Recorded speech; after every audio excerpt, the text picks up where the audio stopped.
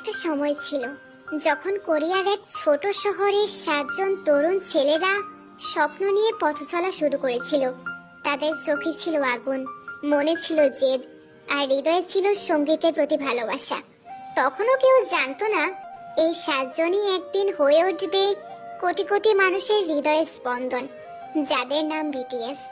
তারা যখন প্রথমবার মঞ্চে উঠেছিল তখন কেউ তাদের নামটা পর্যন্ত জানতো না। সাফল্যের পথটা ছিল কাঁটায় ভরা, নানা কটু কথা, প্রত্যাখ্যান আর সীমাহীন পরিশ্রম। সবকিছু পেরিয়ে তারা ধীরে ধীরে নিজেদের গড়ে তুলেছিল। কিন্তু বিটিএস এর জাদু শুধু তাদের গানের ভেতরে নয়, ছিল তাদের গল্পে, ভালোবাসায় এবং অনুপ্রেরণায়। একটা সময় ছিল যখন তাদের কাছে ছিল না বিশাল কোম্পানির সাপোর্ট, ছিল না মিডিয়ার আলো, ছিল শুধু একটা জেদ, নিজের গল্পটা পৃথিবীকে শোনাতে হবে। তারা গাইতো ভাঙা স্বরে, কাপা গলায়, ছোট্ট স্টুডিওতে। কেউ শোনেনি তখন। তারা বহুবার হাসির পাত্র হয়েছিল, তবুও তারা থামেনি, কারণ তারা জানতো কেউ একজন কোথাও হয়তো অপেক্ষা করছে এই গানগুলোর জন্য। বছর গেল, মঞ্চ বদলালো, ভিড় বাড়লো, আলো ঝলমলে হলো, কিন্তু 7টি হৃদয় ঠিক আগের মতোই রয়ে গেল, বিনয়ী, সত্য আর স্পর্শকাতর।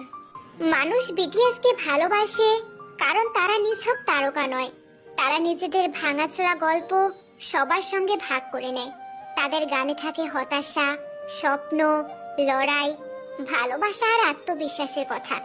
তারা শোনায় কিভাবে একটা সাধারণ ছেলেও অসাধারণ হয়ে উঠতে পারে যদি সে নিজেকে ভালোবাসতে শিখে।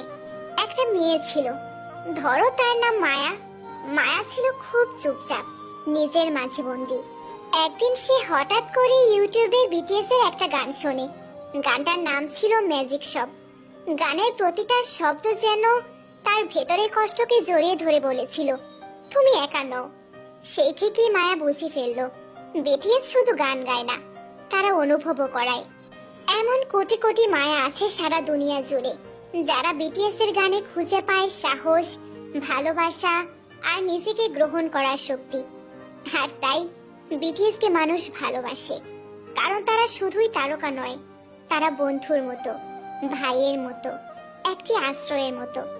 আচ্ছা, মানুষ কেন বিটিএস কে ভালোবাসে? কারণ তারা সত্যি, কারণ তারা তারার মতো উঁচুতে থেকেও মাটির গন্ধ ভুলে যায়নি, কারণ তারা বলেছে নিজেকে ভালোবাসো যখন পৃথিবী বলছিল তুমি যথেষ্ট নও, কারণ তারা শুধু গানই শোনায় না, তারা বুকের ব্যথা বোঝে।